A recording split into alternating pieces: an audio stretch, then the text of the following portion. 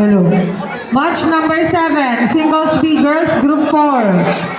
Singles B Girls Group 4, St. Paul versus MCS. St. Paul versus MCS on table number 3. St. Paul MCS on table.